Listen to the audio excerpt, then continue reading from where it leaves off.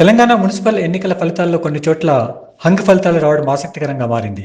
ఇందులో దేవరకద్ర, ఆలంపూర్, కోహిర్, కేసముద్రం, ఆసిఫాబాద్, అమరచింత, కేతనపల్లి, జనగామ, జిన్నారం, జమ్మికుంట, వేములవాడ, రాయల్కల్ చోట్ల హంగ్ ఫలితాలు వచ్చాయి. దీంతో అక్కడ రాజకీయాలు ఆసక్తికరంగా మారాయి. ముఖ్యంగా జమ్మికుంటలో ఉత్కంఠభరితంగా జరుగుతోంది. కాంగ్రెస్, బీఆర్ఎస్ల మధ్య ఈ మున్సిపాలిటీని చేజిక్కించుకోవడానికి హోరాహోరీ పోరు నడుస్తోంది. ఈ మున్సిపాలిటీలో మొత్తం 36 వార్డులుండగా బీఆర్ఎస్కు 12, కాంగ్రెస్కు 10, ఫార్వర్డ్ బ్లాక్ 1, ఇండిపెండెంట్లకు 3 సీట్లు దక్కాయి.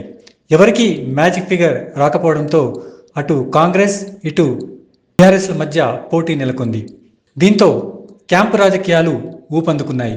రెండు పార్టీలు కూడా ఇండిపెండెంట్లను తమ వైపు తిప్పుకోవడానికి ప్రయత్నిస్తున్నాయి. వీరిని తమ క్యాంపులకు తరలించే ఎందుకు ముమ్మరంగా ఏర్పాట్లు చేశారు. దీంతో ఉద్రిక్త వాతావరణం నెలకొంది. దీంతో పోలీసులు రంగంలోకి దిగి కాంగ్రెస్, బీఆర్ఎస్ పార్టీ నాయకులను చెదరగొట్టాల్సి వచ్చింది. చివరకు కొంతమంది ఇండిపెండెంట్లను కాంగ్రెస్ నాయకులు తమ క్యాంపుకు తరలించారు.